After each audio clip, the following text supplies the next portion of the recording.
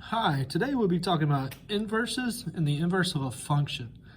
The best way I know how to explain the idea of an inverse is an organism or a machine that takes an input, let's say animals take in O2, animals breathe in O2, but then the byproduct of that would be carbon dioxide, CO2. So this would be animals. Plants do just the opposite. Plants take CO2, use that for energy and nutrition, and then they expel O2. So we see that oxygen was the input, CO2 was the output for animals, but then for plants, CO2 is the input and O2 is the output. Likewise, numbers are, mathematically we can use numbers to represent the same thing. So if x equals -2, -2 goes into the machine. We're going to use this function, f of x equals 3x minus 4 all over 2. 3 times -2 is -6.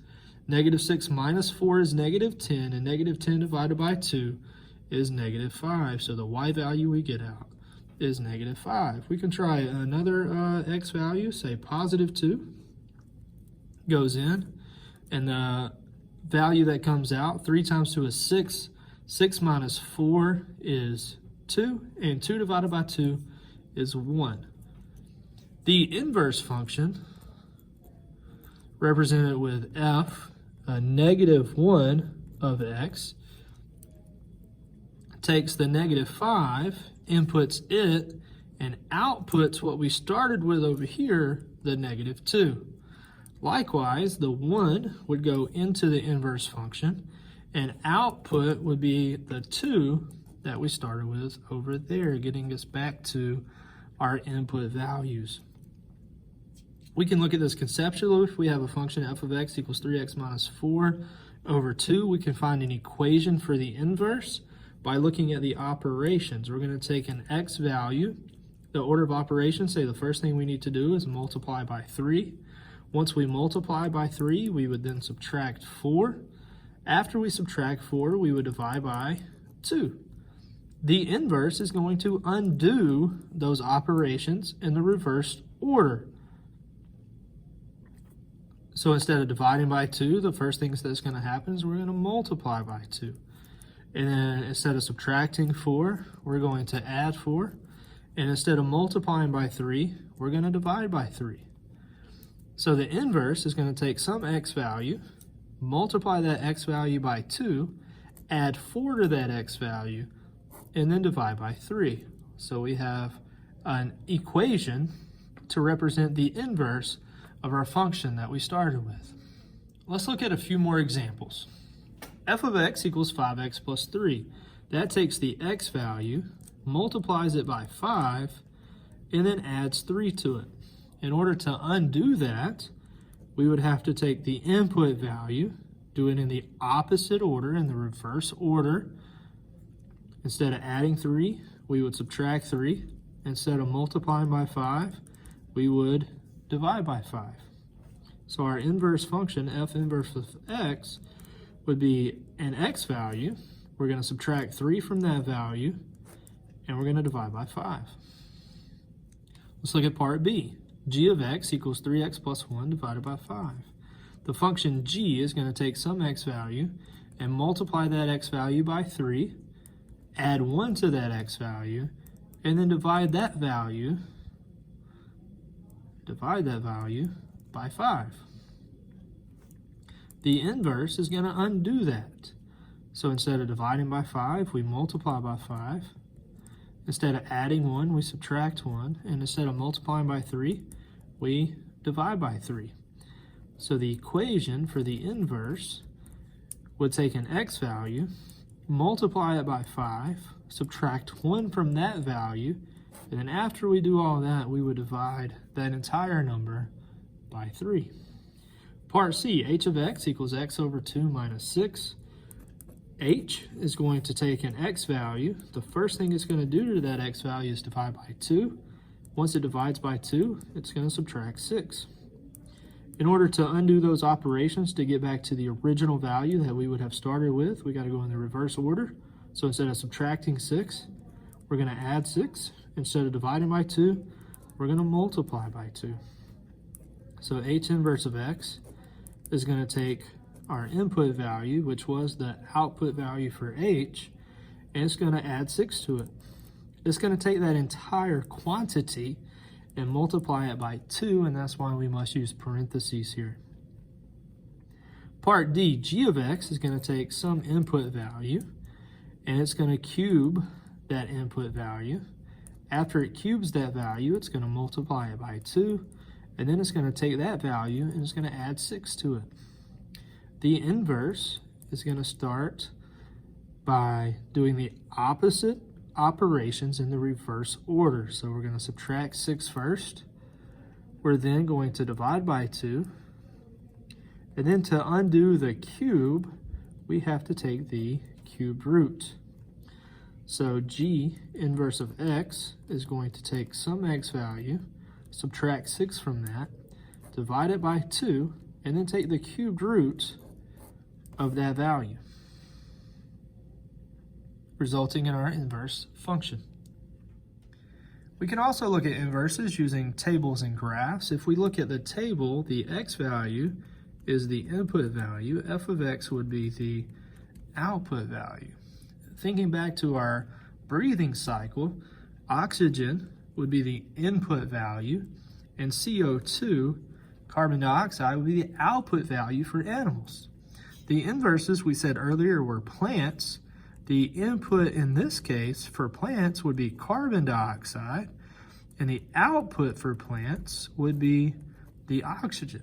So in this case, we can see that the input and output values have switched. And that's what happens when we talk about inverses of functions. The inputs and output values switch. So if the point -3, 10 is the input's -3, the output's 10, for the inverse, the input's going to be 10, and the output's going to be -3.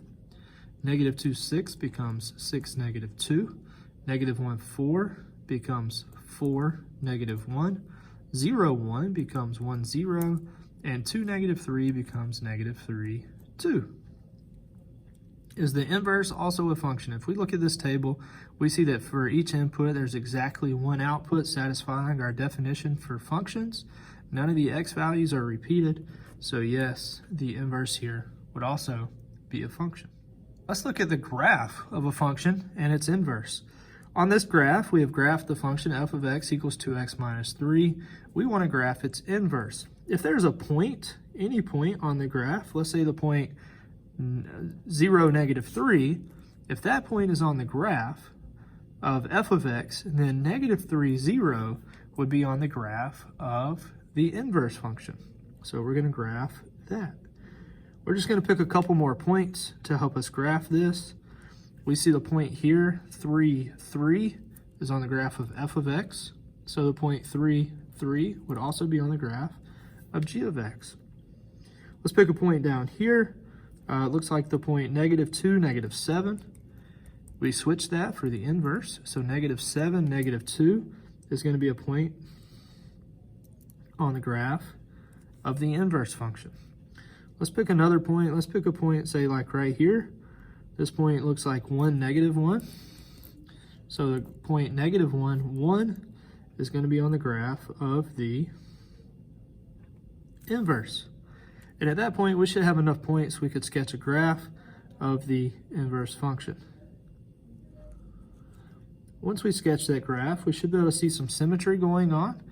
The graphs are symmetric about the line y equals x, and that's the graph that goes down through the middle of our functions here diagonally.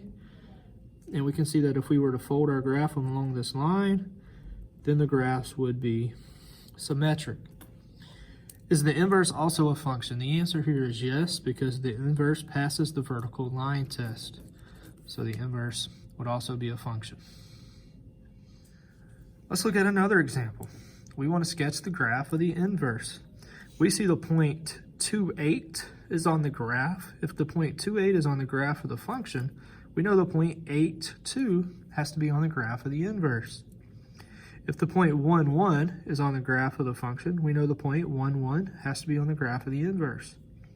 Same thing for 0, 0, and negative 1, negative 1, since the x and y values there are equal. Negative 2, negative 8 is a point on the graph of the function. So the point on the graph of the inverse would be negative 8, negative 2. So our graph would go this way, up through the points, and back out this way. We still see the same symmetry occurring here. The line y equals x. And we see that the graphs are symmetric about that line. Very important property of inverses. And this function is also, the inverse is also a function because it would also pass the vertical line test. For each input, there's only one output. Let's look at one more example. We have a quadratic here, y equals x squared. We want to graph the inverse of that. The point 0, 0 would stay on the graph. The point 1, 1 would stay on the graph. The point 2, 4 would become the point 4, 2. The point negative 1, 1 would become the point 1, negative 1.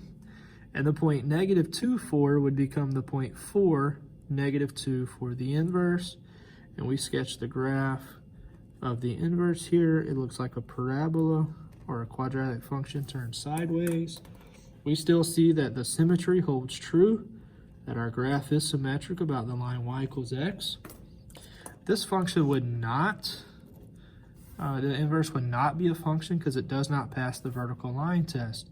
There's one way we can tell this before we even graph the inverse. The function here does not pass the horizontal line test. And since the function doesn't pass the horizontal line test, there's no way the function will be able to pass the vertical line test.